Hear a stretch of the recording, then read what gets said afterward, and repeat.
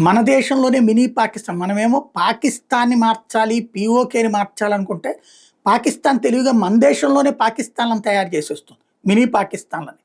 మతపరమైనటువంటి పిచ్చతో రగిలేవాడొకడు, వాడికి మద్దతిస్తూ మేధావినని చెప్పుకునేవాడొకడు, మన మధ్యలోనే విచ్చలవిడిగా తిరుగుతున్నటువంటి పరిస్థితి. మీడియా, సోషల్ మీడియా ద్వారా కళ్ళ ఎదుట కనబడుతున్న వాస్తవాలని వక్రీకరించి పాకిస్తాన్ని ప్రేమించేలా చేసే ప్రయత్నం చేస్తున్న వాళ్ళొకళ్ళు. ఇప్పుడు తాజాగా కర్ణాటకలో కూడా మంగళూరు అట్లాంటి పరిస్థితికే చేరిపోయింది. మంగళూరులో ఏదైతే మొన్న పాకిస్తాన్ జిందాబాద్ అన్నటువంటి వాడిని, అంటే వాడు ఎంత విచ్చలవిడిగా ఎంత అహంకారంతో ప్రవర్తించాడు చూడండి.